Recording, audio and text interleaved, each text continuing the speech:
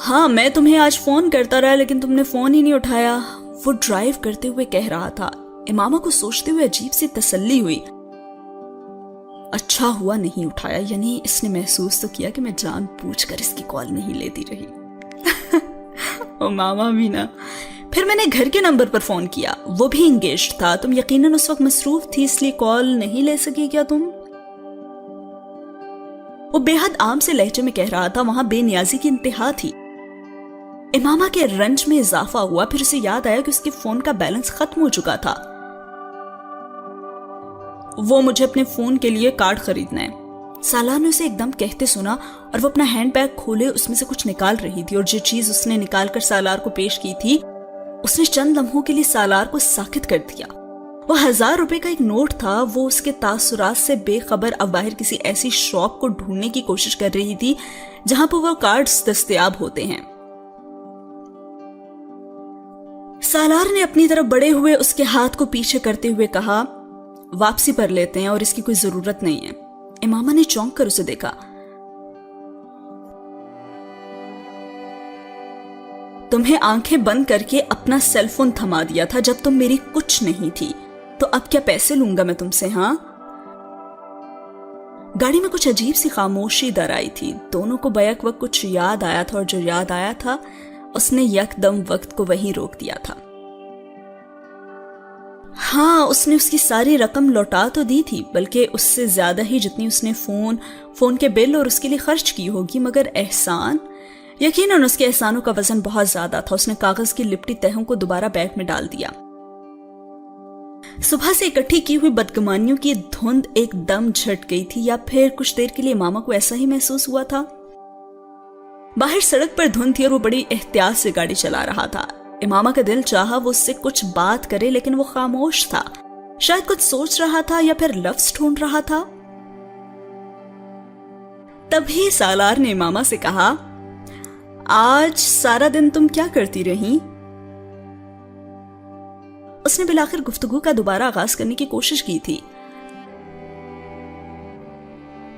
پورا دن فلیش کی طرح امامہ کی آنکھوں کے سامنے سے گزر گیا۔ امامہ کو ندامت ہوئی، وہ جو کچھ کرتی رہی تھی اسے بتا نہیں سکتی تھی۔ میں تو بس سوتی ہی رہی، اس نے پورے دن کو 3 لفظوں میں سمیٹ دیا۔ ہاں مجھے اندازہ تھا، اگر تم جاگ رہی ہوتی تو میری کال ضرور ریسیو کرتی۔ اور ایک بار پھر سے خاموشی چھا گئی۔ ہاں پاپا، ممی اور انیتا آ رہے ہیں کل شام، سالار نے کچھ دیر کے بعد کہا۔ امامہ نے چونک کر اسے دیکھا۔ اور تم سے ملنے کے لیے؟ اس نے مزید اضافہ کیا، اور بالآخر سسرال کے ساتھ اس کا پہلا رابطہ ہونے ہی والا تھا۔ امامہ کو اپنے پیٹ میں گریں لگتی محسوس ہوئی۔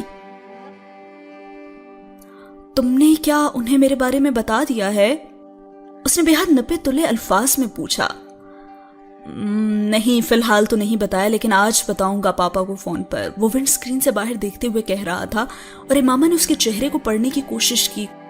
کوئی پریشانی، تشویش، اندیشہ، خدشہ، خوف، پچھتاوا، وہ کچھ بھی پڑھنے میں ناکام رہی۔ اس کا چہرہ بے تاثر تھا، اور اس کے دل میں کچھ تھا بھی تو وہ اسے بڑی مہارت سے چھپائے ہوئے بیٹھا تھا۔ سالار نے اس کی کھوجتی نظروں کو اپنے چہرے پر محسوس کیا۔ اس نے امامہ کو دیکھا اور مسکرایا۔ امامہ نے بے اختیار نظریں ہٹائیں۔ ہاں میں تمہیں بتا دوں کہ انیتا کی فلائٹ 5:30 بجے اور پاپا کی 7 بجے ہے۔ میں کل بینک سے جلدی ایئرپورٹ ہی چلا جاؤں گا، پھر ممی اور پاپا کو ساتھ لے کر میرا خیال ہے 9 یا 9:30 بجے تک میں گھر پہنچوں گا۔ اور یہ تم نے کیا پہنا ہوا ہے؟ سالار نے یکدم اس کے لباس کی طرف متوجہ ہوتے ہوئے کہا۔ 3 گھنٹے 45 منٹ کے بعد بالآخر تمہیں یاد آ گیا کہ میں نے کچھ پہنا بھی ہوا ہے۔ واہ، یہ سوچ کر امامہ کی خفگی میں کچھ اضافہ ہوا۔ کپڑے پہنے ہیں میں نے، امامہ نے جواب دیا۔ سالار اس کی بات پر بے اختیار ہنسا۔ جانتا ہوں کپڑے پہنے، اسی لیے تو پوچھ رہا ہوں۔ امامہ گردن موڑ کر کھڑکی سے باہر دیکھنے لگی کہ اب وہ تعریف کرے گا۔ اس نے سوچا دیر سے ہی صحیح، لیکن اسے میرے کپڑے نظر تو آئے۔ اس کی خفگی میں کچھ اور کمی ہوئی۔ کون سا کلر ہے یہ؟ سالار نے اپنے پیروں پر پہلی کلہاڑی ماری. ڈفر کو یہ بھی نہیں پتا تھا. کھڑکی سے باہر دیکھتے ہوئے امامہ کا دل چاہا وہ چلتی گاڑی کا دروازہ کھول کر باہر کود جائے. 4.25 گھنٹے میں وہ اس کے کپڑوں کا رنگ بھی نہیں پہچان سکا تھا. اس کا تو صاف صاف یہی مطلب تھا کہ اس نے اسے غور سے دیکھا ہی نہیں تھا. تبھی امامہ نے غصے سے جواب دیا, پتا نہیں. اس نے اسی طرح کھڑکی سے باہر جھانکتے ہوئے بے حد سرد مہری سے جواب دیا, میں بھی اندازہ نہیں کر سکا. آج کل خواتین پہنتی بھی تو بڑے عجیب کلر ہے نا. سالار نے اس کے لہجے پر غور کیے بغیر عام سے انداز میں کہا. وہ زنک اور کاپر کے سب سے زیادہ ان شیڈ کو عجیب کہہ رہا تھا. اب لڑکوں کو کیا پتا جو کنڈیشنر کو شیمپو سمجھ کے یوز کر لیتے ہیں انہیں کلرز کا کیسے ڈفرنس پتا چلے گا. امامہ کو رنج سا ہوا. سالار شوہروں کی تاریخی غلطیاں دہرا رہا تھا. اس بار امامہ کا دل تک نہیں چاہا کہ وہ اس کی بات کا جواب بھی دے. وہ اس قابل ہی نہیں تھا. اسے یاد آیا اس نے کل بھی اس کے کپڑوں کی تعریف نہیں کی تھی. کپڑے اس نے تو اس کی بھی تعریف نہیں کی تھی. لڑکیوں کے لیے تعریف بہت ضروری ہوتی ہے اور بہت میٹر کرتی ہے آئی گیس. پھر وہ یہ سوچنے لگی کہ اظہار محبت کیا تھا اس نے لیکن تعریف تو نہیں کی تھی. ہاں واقعی میں تعریف تو نہیں کی تھی اس نے. وہ جیسے پچھلی رات کو یاد کرتے ہوئے تصدیق کر رہی تھی اور اسے دکھ ہونے لگا. اظہار محبت میٹر نہیں کرتا جناب. تعریف نہیں کی تو اس بات پہ ماما کا دل دکھ رہا ہے. واہ واہ. کیا وہ اسے اتنی بھی خوبصورت نہیں لگی تھی کہ وہ ایک بار ہی کہہ دیتا, کوئی ایک جملہ ہی کہہ دیتا, ایک لفظ ہی کہہ دیتا, کچھ بھی تو نہیں کہا اس نے. وہ ایک بار پھر خود ترسی کا شکار ہونے لگی. عورت اظہار محبت اور ستائش کو کبھی ہم معنی نہیں سمجھتی. یہ کام مرد کرتا ہے اور غلط کرتا ہے. ڈرائیونگ کرتے ہوئے سالار کو اندازہ نہیں ہوا کہ گفتگو کے لیے موضوعات کی تلاش میں ادھر ادھر کی باتیں کرتے اس نے کس قدر سنگین موضوع کو چھیڑ دیا تھا. وہ بڑے اطمینان سے جیسے ایک بارودی سرنگ کے اوپر پاؤں رکھ کر کھڑا ہو گیا تھا جس کے پاؤں اٹھاتے ہی پھٹ جاتی. سعیدہ اماں کی گلی میں گاڑی پارک کرنے کے بعد سالار نے ایک بار پھر امامہ کے موڈ میں تبدیلی محسوس کی. اس نے ایک بار پھر اسے اپنا وہم گردانا. ابھی کچھ دیر پہلے ڈاکٹر سپتیلی کے گھر پر بھی اسے یہی غلط فہمی ہوئی تھی. اور پھر وہ یہ سوچنے لگا کہ آخر کیوں ہو کیا گیا ہے مجھے. وہ بھلا کیوں 24 گھنٹے مجھ سے ناراض ہی رہے گی. اس نے اطمینان سے سوچا. سعیدہ اماں دروازہ کھولتے ہی امامہ سے لپٹ گئی تھی اور چند لمحوں بعد وہ آنسو بہا رہی تھی. سالار جذبس ہوا. آخر اتنے عرصے سے وہ اکٹھے رہ رہی تھی, یقیناً دونوں ایک دوسرے کو مس کر رہی ہوں گی. اس نے بالآخر خود کو خود ہی سمجھایا اور تو کوئی بات نہیں ہو سکتی. سعیدہ اماں نے سالار کے سلام کا جواب دیا اور نہ ہی ہمیشہ کی طرح اسے گلے لگا کر پیار کیا. انہوں نے امامہ کو گلے لگایا, اس سے لپٹ کر آنسو بہائے اور پھر اسے لے کر اندر چلی گئی. اور وہ بیچارہ ہکا بکا دروازے میں ہی کھڑا رہ گیا اور سوچنے لگا کہ انہیں کیا ہوا ہے. وہ پہلی بار بری طرح سے کھٹکا تھا. اپنے احساس کو وہم سمجھ کر جھٹکنے کی اس نے کوشش کی لیکن وہ بار بار ناکام رہا. اسے یقین ہو گیا تھا کہ کچھ تو غلط تھا لیکن کیا. وہ کچھ دیر وہیں پھر کھڑا رہا اور اس نے پلٹ کر بیرونی دروازہ بند کیا اور اندر چلا گیا. وہ دونوں کچھ باتیں کر رہی تھیں اور جیسے وہ آیا تو وہ لوگ چپ ہو گئیں. سالار نے امامہ کو اپنے آنسو پوچھتے دیکھا اور وہ پھر سے ڈسٹرب ہو گیا. میں چائے لے کر آتی ہوں. بادام اور گاجر کا حلوہ بنایا ہے آج میں نے. سعیدہ اماں یہ کہتے ہوئے کھڑی ہوئی اور سالار نے بے اختیار انہیں ٹوکا. ارے نہیں سعیدہ اماں, کسی چیز کی ضرورت نہیں. ہم لوگ کھانا کھا کر آئے ہیں اور چائے بھی پی لی ہے. صرف ہم تو آپ سے ملنے کے لیے آئے ہیں. وہ کہتے کہتے رک گیا کیونکہ اسے احساس ہو گیا تھا کہ وہ پیشکش سرے سے اسے کی ہی نہیں گئی تھی. وہ پیشکش تو سعیدہ اماں نے امامہ کو کی تھی. سعیدہ اماں مکمل طور پر امامہ کی طرف متوجہ تھی اور امامہ اسے کچھ کھانے پینے میں متعامل نظر نہیں آئی. میں کھاؤں گی نا اور میں آپ کے ساتھ چلتی ہوں. آپ کس طرح اٹھائیں گی اتنے برتن؟ امامہ نے سعیدہ اماں سے کہا اور پھر ان کے ساتھ ہی کچن میں چلی گئی. سالار ہکا بکا وہیں بیٹھا رہ گیا. اگلے 15 منٹ وہ اس صورتحال پر غور کرتا رہا, وہیں بیٹھا کمرے کی چیزوں کو دیکھتا رہا. بالآخر 15 منٹ کے بعد امامہ اور سیدہ اماں کی واپسی ہوئی. اسے امامہ کی آنکھیں پہلے سے کچھ زیادہ سرخ لگیں. یہی حال کچھ اس کے ناک کا بھی تھا. وہ یقیناً کچن میں روتی رہی تھی, مگر کس لیے؟ وہ اب یقیناً الجھ رہا تھا. کم از کم اب وہ آنسو سے سیدہ اماں اور اس کی باہمی محبت و یگانگت کا نتیجہ نہیں لگ رہے تھے. سیدہ اماں کے چہرے اور آنکھوں میں اسے پہلے سے بھی زیادہ سرد مہری نظر آئی. اسے اس وقت چائے میں بھی دلچسپی نہ تھی اور نہ ہی کسی حلوے کی طلب. کچھ بھی کھانا اس کے لیے بدہضمی کا باعث ہوتا, لیکن جو ماحول یکدم وہاں بن گیا تھا اس نے اسے ضرورت سے زیادہ محتاط کر دیا تھا.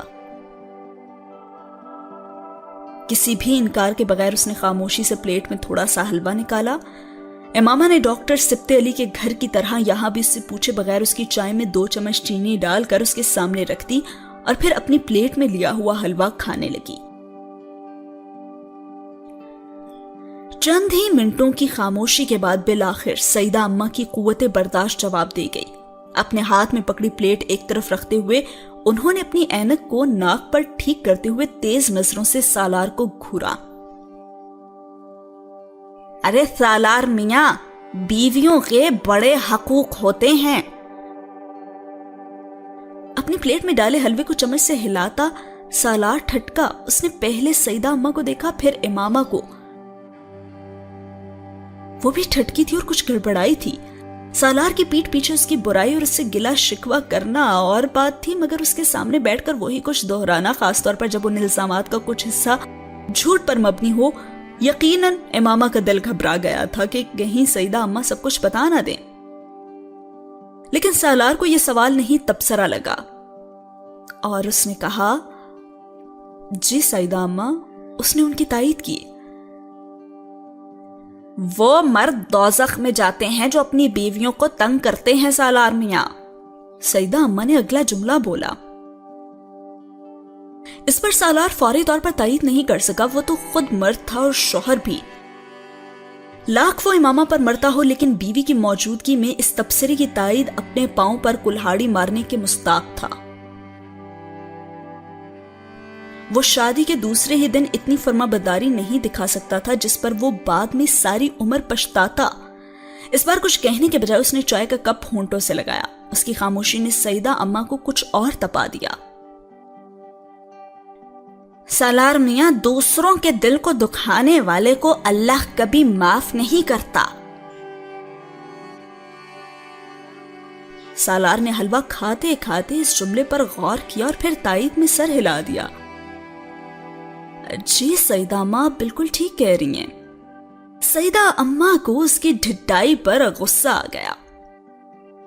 شریف گھرانے کے مردوں کا وتیرہ نہیں ہے کہ دوسروں کی بیٹیوں کو پہلے بیاہ کر لے جائیں اور پھر انہیں پہلی بیویوں کے قصے سنانے بیٹھ جائیں. امامہ کی تو جیسے جان پر بن گئی, یہ کچھ زیادہ ہی ہو رہا تھا. ارے آپ کی چائے ٹھنڈی ہو رہی ہے اماں, آپ پئیں. اس نے صورتحال کو سنبھالنے کی کوشش کی. سالار نے باری باری ان دونوں کو دیکھا تھا. اسے اس جملے کا سر پیر سمجھ نہیں آیا تھا اور پہلے جملوں سے ان کا کیا تعلق تھا وہ کچھ سمجھ نہیں پایا, لیکن تائید کرنے میں کوئی برائی نہیں تھی کیونکہ بات مناسب تھی. ٹھیک کہہ رہی ہیں آپ, اس نے بالآخر کہا. اس کی سعادت مندی نے سیدہ اماں کو مزید تپا دیا. شکل سے کیسا شریف لگ رہا ہے, اسی لیے تو سبتے بھائی بھی دھوکا کھا گئے. انہوں نے ڈاکٹر سبتے علی کو غلطی کرنے پر چھوٹ دی. ہم آپ کو بتائے دیتے ہیں کہ آمنہ کے لیے بہت رشتے آئے تھے. سیدہ اماں نے سلسلہ کلام جوڑا. انہیں اندازہ نہیں تھا کہ وہ ایک غلط آدمی کو امامہ کی قدر و قیمت کے بارے میں غلط لیکچر دے رہی تھی. حلوے کی پلیٹ ہاتھ میں لیے سالار نے ایک نظر امامہ کو دیکھا اور پھر سیدہ اماں کو جو بے حد جوش و خروش سے کہہ رہی تھی, ارے یہ دیکھ رہے ہو نا, سامنے والے ظہور صاحب کے بڑے بیٹے نے آمنہ کو کہیں دیکھ لیا تھا.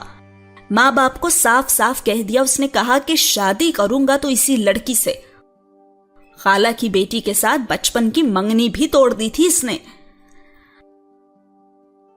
اس بار سالار نے حلوے کی پلیٹ ٹیبل پر رکھ دی. وہ کم از کم امامہ کے کسی ایسے رشتے کی تفصیلات مزے سے حلوہ کھاتے ہوئے نہیں سن رہا تھا. آخر کو وہ بھی مرد تھا اور اپنی بیوی کے چاہنے والوں کا تذکرہ کیسے سن سکتا تھا. امامہ نے اس بار سیدہ اماں کو روکنے کی کوشش ہی نہیں کی تھی. بڑی عامیانہ بات تھی، لیکن وہ بھی جیسے چاہتی تھی کہ کوئی سالار کو بتائے کہ وہ قابل قدر ہے. وہ اسے صرف بیوی سمجھ کر برتاؤ نہیں کر سکتا تھا.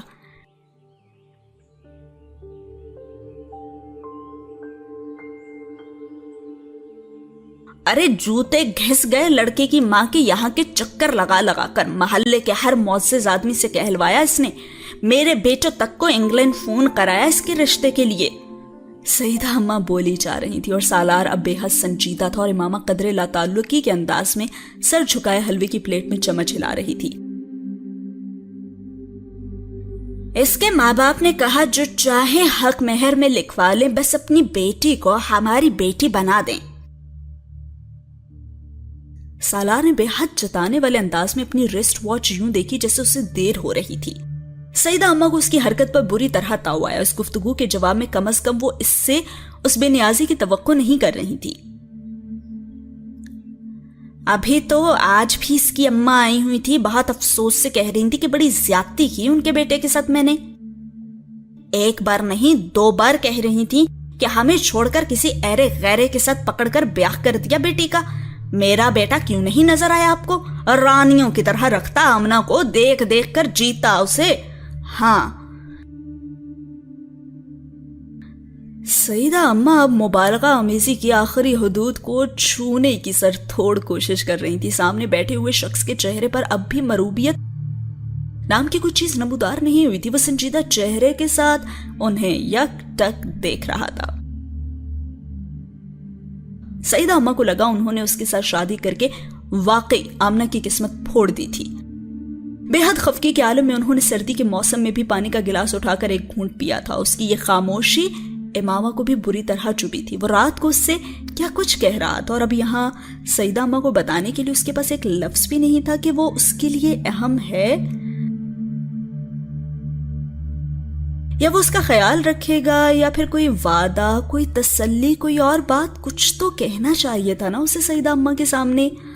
اسے عجیب بے قدری اور بے وقتی کا احساس ہوا تھا. رنج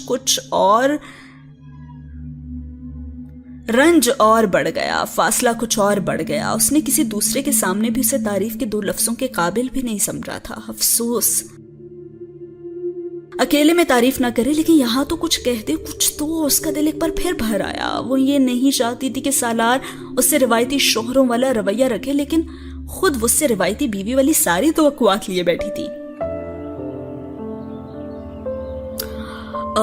میرے خیال ہے بہت دیر ہوگی ہے، اب ہمیں چلنا چاہیے. مجھے صبح آفس بھی جانا ہے اور آج کل کام بھی کچھ زیادہ ہے. سالار کا پیمانہ صبر لبریز ہو گیا تھا. اس نے بڑے تحمل کے ساتھ سیدہ اماں سے کہا اور پھر اٹھ کر کھڑا ہو گیا. وہ اب امامہ کے کھڑے ہونے کا منتظر تھا، لیکن امامہ نے ٹیبل پر رکھے برتن اٹھا کر ٹرے میں رکھتے ہوئے اسے دیکھے بغیر بڑی سرد مہری کے ساتھ کہا، میں آج یہیں رہوں گی سیدہ اماں کے پاس.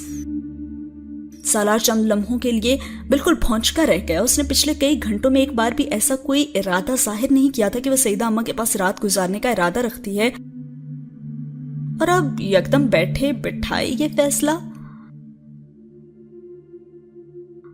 ہاں بالکل یہیں چھوڑ جاؤ اسے آج تم. سیدہ اماں نے فوری تائید کی. امامہ اس کے انکار کی منتظر تھی.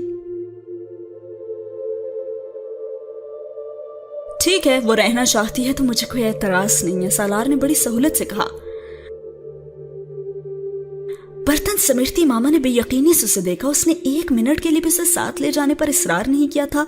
وہ اتنا تنگ آیا ہوا تھا اس سے. اس سے پہلے کہ سالار کچھ اور کہتا وہ ایک جھپاکے کے ساتھ کمرے سے نکل گئی. سیدہ اماں نے بے حد قہر آلود نظروں سے اسے دیکھا. سالار نے جیسے امامہ کے ہر الزام کی تصدیق کرتی تھی.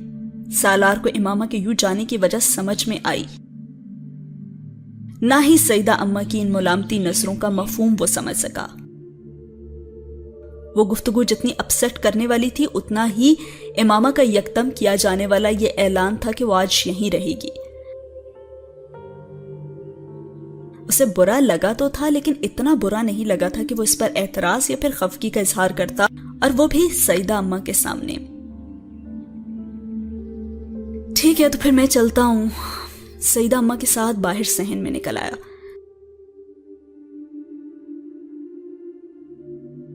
اس کا خیال تھا امامہ کچن میں برتن رکھ کر اسے خدا حافظ کہنے تو ضرور آئے گی، لیکن وہ نہیں آئی تھی۔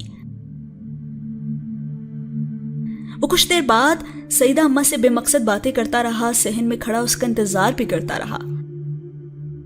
سعیدہ اماں کے لہجے میں اتنی سرد مہری نہ ہوتی تو ان سے امامہ کو بلوانے کا کہتے ہوئے اسے جھجک تو نہ محسوس ہوتی۔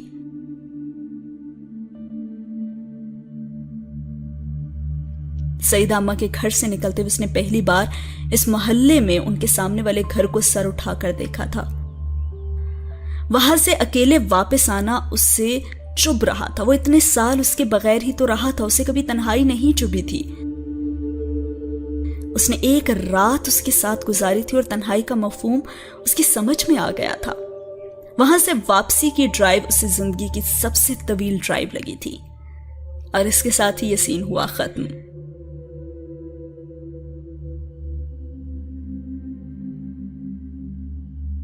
لوگ کہتے ہیں کہ شادی ہوتی ہے تو کہانی ختم، اصل زندگی تو شادی کے بعد شروع ہوتی ہے۔ تو اب امامہ اور سالار کے بیچ میں کیا یہ غلط فہمیاں بڑھتی رہیں گی یا محبت انہیں پھر سے ملا دے گی؟ جانتے ہیں اگلی ایپیسوڈ میں، اور اس کے ساتھ کامنٹ باکس میں اپنی رائے کا اظہار کرنا بالکل